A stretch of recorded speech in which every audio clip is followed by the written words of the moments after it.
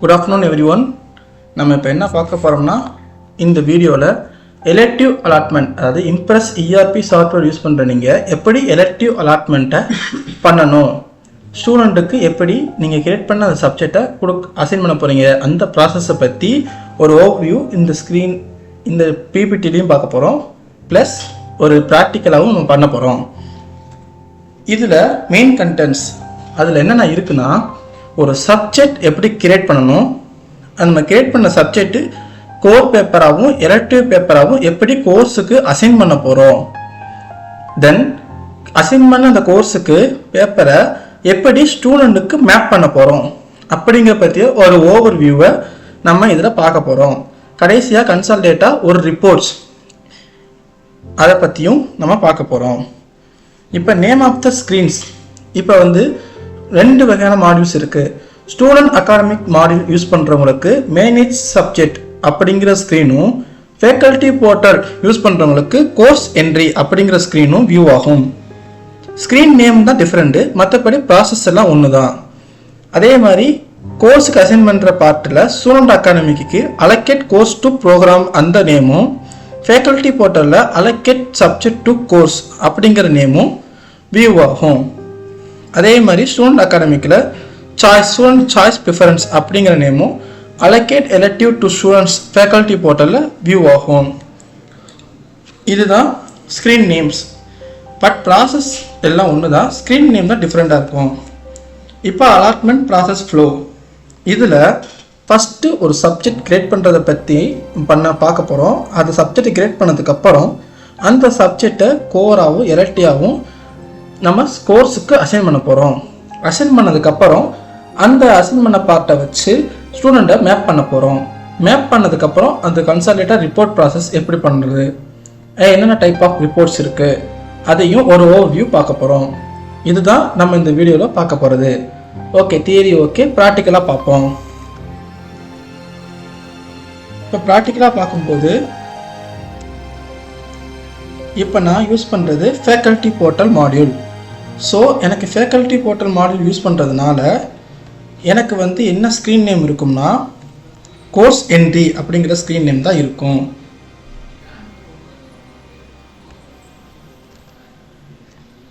நான் லாகின் பண்ணிக்கிறேன்.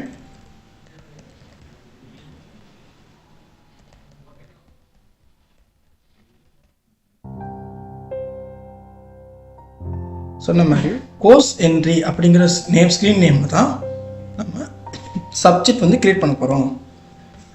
இதில் நீங்கள் மெயினாக பார்க்க வேண்டிய விஷயம், இங்கே மேனேஜ் யூனிக் சப்ஜெக்ட் நேம்ஸ், இல்லை இன்ஸ்டியூஷன், ஸ்ட்ரீம், பார்ட், கிளாசிஃபிகேஷன், இதை பற்றின ஒரு ஐடியா உங்களுக்கு இருக்கணும். இது என்னன்னா, இது தனியாக உங்களுக்கு வியூ பண்ணி காட்டுறேன். இதில் இன்ஸ்டியூஷன், உங்களோட இன்ஸ்டியூஷன் நேம் இருக்கும், ப்ளஸ் ஸ்ட்ரீம்னு ஒன்றும் இல்லை, நீங்கள் எந்த வகையான காலேஜில் ஒர்க் பண்ணுறீங்க, இல்லை எந்த வகையான காலேஜ் கீழே இந்த சப்ஜெக்ட் கிரியேட் ஆக போகுது, அதாவது ஆர்ட்ஸ் காலேஜா, இன்ஜினியரிங் காலேஜா, ஃபார்மசியா. அதே மாதிரி பார்ட்டுங்கிறது ஒன்றும் இல்லை, ஒரு டைப் ஆஃப் குரூப் தான். இந்த குரூப்பு கீழே கிளாசிஃபிகேஷன் சொல்லி ஒரு நேம்ஸ் வரும். அதுதான் நீங்கள் கோர் பேப்பர், அதாவது பார்ட் 1 பார்ட் 2லேயும் கோர் பேப்பர் இருக்கும். பார்ட் 3லேருந்து நீங்கள் யூஸ் பண்ணுற மாதிரி elective papers, skill paper, either paper, different type of papers நீங்கள் இதில் கிளாசிஃபிகேஷனில் தான் பார்ட் 3ல் தான் நீங்கள் யூஸ் பண்ணிக்கலாம். இதை எங்கே சேவ் பண்ணணும், எங்கே இதை அப்டேட் பண்ணணும் பார்த்தீங்கன்னா, ஃபேக்கல்ட்டி போர்ட்டல் யூஸ் பண்ணுறவங்களுக்கு அகாடமிக் கண்ட்ரோல்ஸ் அப்படிங்கிற நேமில் ஸ்ட்ரீம்ஸ், ஃபஸ்ட்டு ஸ்ட்ரீம்ஸ் இருக்கும். அதாவது உங்கள் காலேஜ் இன்ஜினியரிங் காலேஜாக இருந்தால் இஎன்ஜிஜி சம்திங் உங்களுக்கு கன்வீனியண்ட்டாக எது இருக்குதோ அதை போட்டுக்கலாம். ஸ்ட்ரீம்ஸில் சேவ் அப்டேட் இதில் பண்ணிக்கலாம். தென் பார்ட்டுங்கிறது 6 வரைக்கும் நம்ம கொடுத்துருப்போம் டிஃபால்ட்டாக. இல்லை எங்களுக்கு இன்னும் அவங்களுக்கு தேவைப்படுது அப்படின்னீங்கன்னா நீங்கள் எக்ஸ்ட்ராவாக அதில் ஆட் பண்ணிக்கலாம். இதுக்கடுத்து இந்த பார்ட்டை பேஸ் பண்ணி ஒரு கிளாசிஃபிகேஷன், இந்த கிளாசிஃபிகேஷனில் தான் சாய்ஸ் டைப், அதாவது இந்த பேப்பருங்கிறது சாய்ஸ் இல்லாமல் டிஃபால்ட்டாக எல்லோரும் படிக்கிற கோர் பேப்பரா, இல்லை மேனிட்டரியாக படிக்க வேண்டிய பேப்பரா, இல்லை எலெக்டிவ் பேப்பரா, இட்ஸ் செல்ஃப் சாய்ஸுங்கிறது தான் எலெக்டிவ் பேப்பர். ஸோ இதை பேஸ் பண்ணி நம்ம ஒன்று கிரியேட் பண்ணியிருந்தோம், அதுதான் எலெக்டிவ் பேப்பர்ஸ். இது இட்ஸ் செல்ஃப் சாய்ஸ் பேஸ் பண்ணி கிரியேட் பண்ண இந்த டைப் ஆஃப் பேப்பர்ஸ். இந்த டைப் ஆஃப் கிளாசிஃபிகேஷனை பொறுத்து தான் பிளேஸ் ஹோல்டருங்கிறது கிரியேட் ஆகும். இது சப்ஜெக்ட் டைப்பு. இந்த பிளேஸ் ஹோல்டரில் வர சப்ஜெக்ட் டைப் எப்படின்னா தியரியா, ப்ராக்டிக்கலாக, ப்ராஜெக்ட் ஒர்க்கா, இன்டெகிரேட் பேப்பரா. நீங்கள் கிளாசிஃபிகேஷனில் பார்க்குறது சாய்ஸ் எலக்டிவ். பிளேஸ் ஹோல்டர் தான் அது தியரியா ப்ராக்டிக்கலாங்கிறது டிஃபைன் ஆகுது. நான் முன்னே சொன்ன மாதிரி நீங்கள் கிரியேட் பண்ண அந்த கிளாசிஃபிகேஷன் இங்கே ஷோவாகும், ப்ளஸ் பார்ட் 2 சேர்த்து ஷோவாகும். இந்த பார்ட்டு கீழே வர இந்த சப்ஜெக்ட் டைப்பு ஆல் டைப்பா இல்லை தியரி மட்டுமா ப்ராக்டிக்கல் மட்டுமா அப்படிங்கிறது இங்கே ஷோவாகும். இங்கே நம்ம ஆல்ரெடி எலக்டிவ் பேப்பர் சொல்லி ஒன்று அசைன் பண்ணியிருக்கோம். இன்கேஸ் இதை மறுபடியும் நீங்கள் அசைன் பண்ணணும், புதுசாக எனக்கு ஒரு பிளேஸ் ஹோல்டர் நான் கிரியேட் பண்ணுறேன் அப்படின்னா நீங்கள் அதை கிரியேட் பண்ணிக்கலாம். புதுசாக அந்த கிளாசிஃபிகேஷன் கீழேயே நம்ம கிரியேட் பண்ண அந்த கிளாசிஃபிகேஷன் கீழேயே ஒரு தியரி சப்ஜெக்ட் மட்டும் கால் பண்ணுற மாதிரி மேப் பண்ணுற மாதிரி நம்ம ஒரு கிரியேட் பண்ணுறோம். இங்கே டெஸ்ட் 1.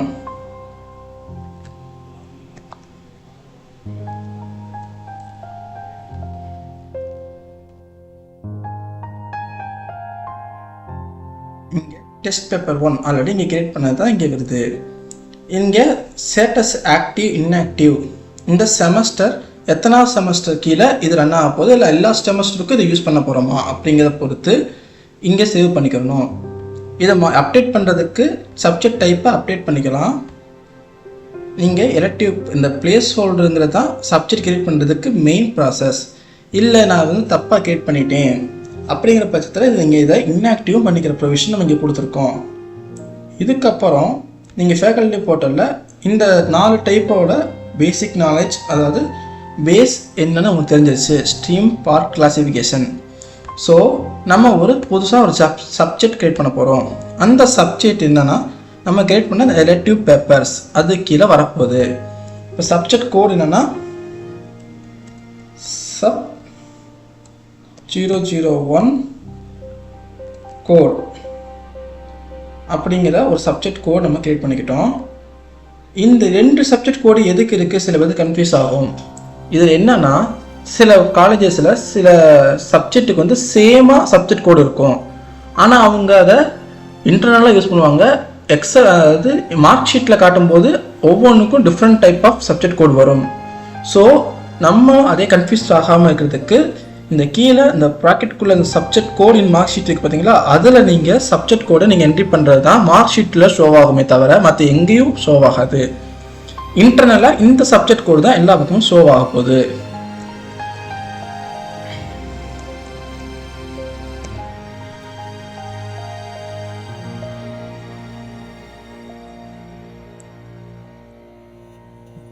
இப்போ சப்ஜெக்ட்டுக்கான நேம்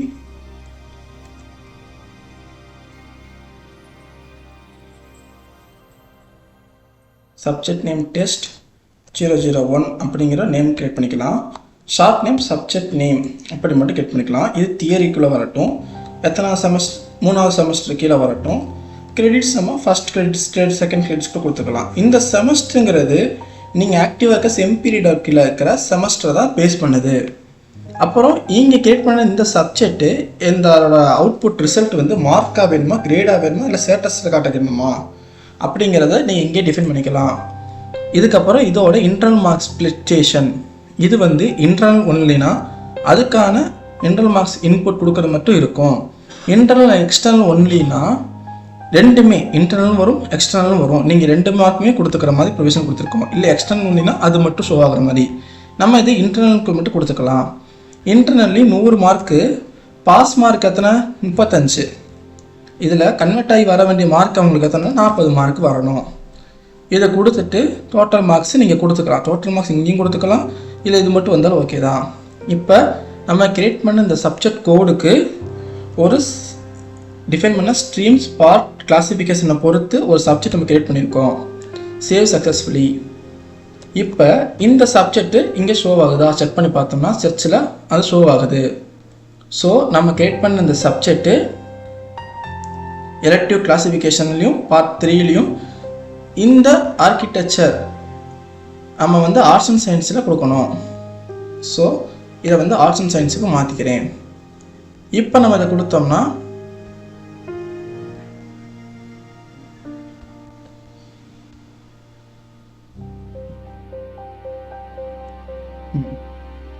இப்போ நம்ம கொடுத்தோம்னா ஆர்ட்ஸ் அண்ட் சயின்ஸுக்கு இங்கே மாறிடும்.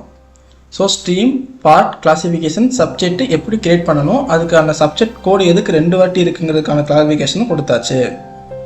இதுக்கப்புறம் நம்மளோட அச்சீவ்மெண்ட் என்ன? ஒரு சப்ஜெக்ட் கிரியேட் பண்ணிட்டோம். சப்ஜெக்ட் கிரியேட் பண்ணப்பறம் அது கோர்ஸுக்கு அசைன் பண்ணணும். இதுதான் நம்மளோட அச்சீவ்மெண்ட். ஸோ இப்போ நம்ம கோர்ஸுக்கு நம்ம கிரியேட் பண்ண இந்த ஒரு சப்ஜெக்டை அசைன் பண்ண போகிறோம். இப்போ அலோகேட் கோர்ஸ் டு ப்ரோக்ராம் அப்படிங்கிறது இருக்கும். இப்போ ஒரு காலேஜ் கிரியேட் பண்ணிக்கலாம். அந்த காலேஜுக்கு இருக்க செம் பீரியடுக்கு அடுத்து எத்தனாவது செமஸ்டரில் நம்ம கிரியேட் பண்ணியிருக்கோம்? 3வது செமஸ்டரில். அந்த 3வது செமஸ்டருக்கு கீழே இருக்கிற ஒரு கோர்ஸை கிளிக் பண்ணிவிட்டு இங்கே வந்து கோர் பேப்பர், இங்கே பார்த்தீங்கன்னா core, choice paper, assigned subject அப்படின்னு இருக்கும். கோர் பேப்பர் என்னென்னா டிஃபால்ட்டாக அந்த ஸ்டூடெண்ட் படிக்க வேண்டிய சப்ஜெக்ட். ஸோ இதை நீங்கள் சர்ச் சப்ஜெக்டில் கிளிக் பண்ணி என்ட்ரி பண்ணிங்கன்னா எல்லாமே லிஸ்ட் ஆகும். அதாவது கோர் பேப்பர்னு சொல்லி நீங்கள் அசைன் பண்ணது எல்லாமே அதை நீங்கள் இங்கே கொடுத்து எத்தனாவது செமஸ்டர், கிரெடிட்ஸு, ஷார்ட் நம்பர் ஒன்றும் இல்லை, அதோட லிஸ்ட்டு ஃபஸ்ட்டு வரணுமா, செகண்ட் வரணுமா, தேர்ட் வரணுமா, அவ்வளோதான், தவிர வேறு ஒன்றும் கிடையாது. இதுதான் கோர் பேப்பர். நம்மளுடைய அச்சீவ்மெண்ட் என்ன? எலெக்டிவ் பேப்பர் எப்படி அசைன் பண்ணணுங்க. ஸோ சாய்ஸ் பேப்பருக்குள்ளே போய்க்கலாம். நம்ம கிரியேட் பண்ண அந்த ஒரு எலெக்டிவ் பேப்பர் டெஸ்ட்னு நம்ம கிரியேட் பண்ணி பார்த்தீங்களா, பிளேஸ் ஹோல்டர், இந்த கிளாசிஃபிகேஷன் எலெக்டிவ் பேப்பர்ஸ், அது எதுக்கு தியரிக்கு வருது. ஃபுல் நேம் நம்ம ஷார்ட் நேம் எல்லாமே அங்கேயே கொடுத்துருந்தது தான். ஸோ இந்த ஒரு கோர்ஸுக்கு நம்ம கிரியேட் பண்ண அந்த சப்ஜெக்ட் கோட் 001ங்கிறத அந்த சப்ஜெக்ட்டுங்கிறது இங்கே ஷோ ஆகுது. இதை நம்ம இந்த கோர்ஸுக்கு அசைன் பண்ண போகிறோம். சிம்பிள், இவ்வளவுதான். இதுக்கப்புறம் இந்த கிரிட்டை கிளிக் பண்ணிங்கன்னா நீங்கள் அசைன் பண்ண சப்ஜெக்ட்ஸ் எல்லாமே லிஸ்ட் ஆகும்.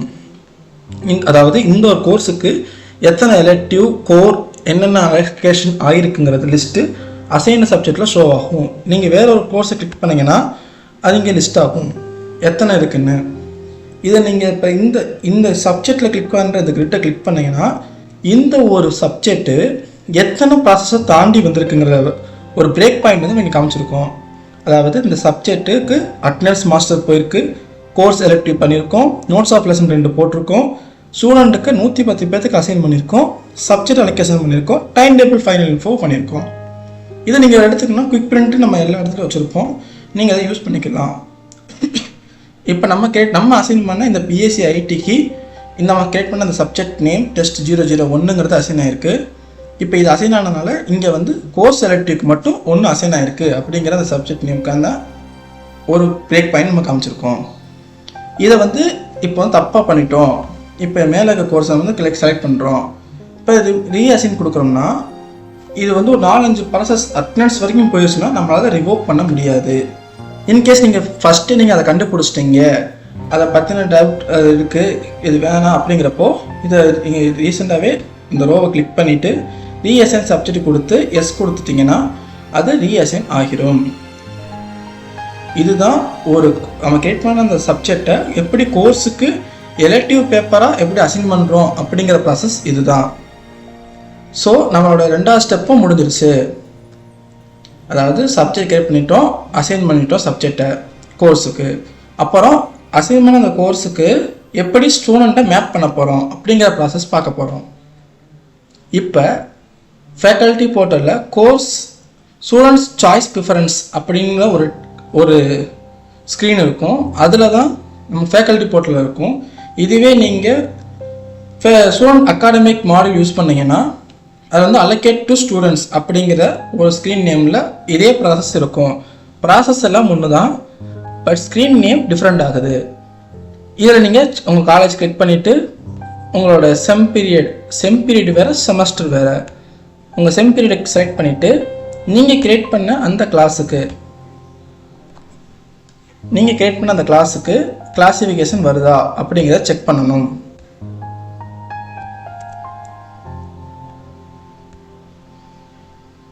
இப்போ இன்ஸ்டியூஷன், அது கீழே இருக்க செம் பீரியட், இப்போ 3rd செமஸ்டர், ஏன்னா நம்ம 3rd செமஸ்டர் தான் கொடுத்துருந்தோம். நம்ம எந்த கிளாஸுக்கு கொடுத்துருந்தோம் ஒரு கிளாஸ் செக் பண்ணிக்கலாம்.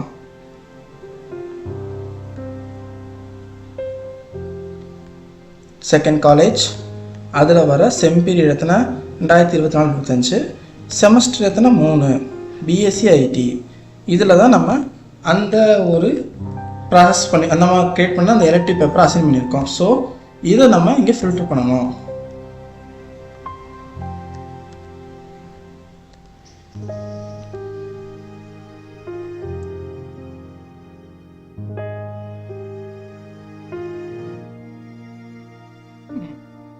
இங்கே நம்ம க்ரியேட் பண்ண அந்த சப்ஜெக்ட் வந்துருச்சு, லிஸ்ட் ஆகுது.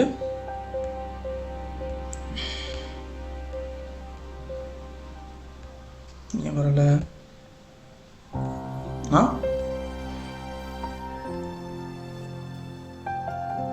ஸோ இதை கிளிக் பண்ணி